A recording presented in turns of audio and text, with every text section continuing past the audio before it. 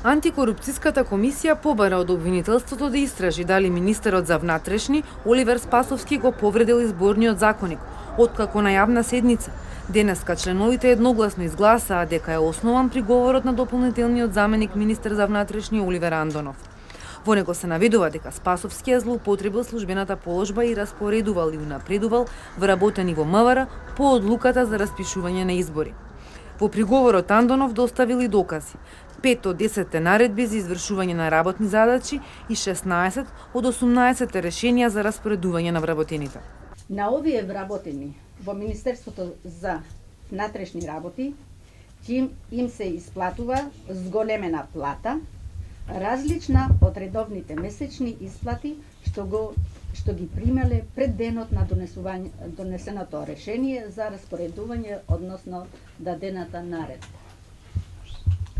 Со ова, во конкретните случаи, се предизвикуваат финансиски импликации. Видно е дека е повредена одредбата од членот 8а, став 1, алинеја 3 од изборниот законник и не е почитувано мислењето од Државната комисија за спречување на корупцијата. Антикорупцијска побара обвинителството да ги истражи и наводите од представката на ВМРО ДПМН против коалицијата предводена од СДСМ, градоначалникот на Куманово и јавното комунално претпријатие од Куманово. Оваа представка за прекршување на изборниот законник е за користење на возила и вработени на јавното претпријатие за партиски потреби. Наводите укажуваат на тоа дека на ден и под денот на донесувањето на решението за распишување предвремени избори на пратеници во собранието на РМ,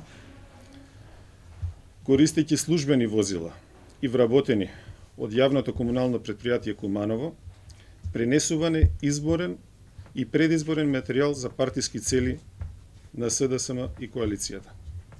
Како доказ во приговорот биле доставени и фотографии, видеа и сечоци од новинарски текстови. Антикорупцијска ќе бара за овој случај да се произнесат повиканите, градоначалникот на Куманово, директорот на јавното комунално претпријатие, а потоа изјавите ќе ги достават до обвинителството, кој ќе треба да одлучи дали има незаконитости во овој случај.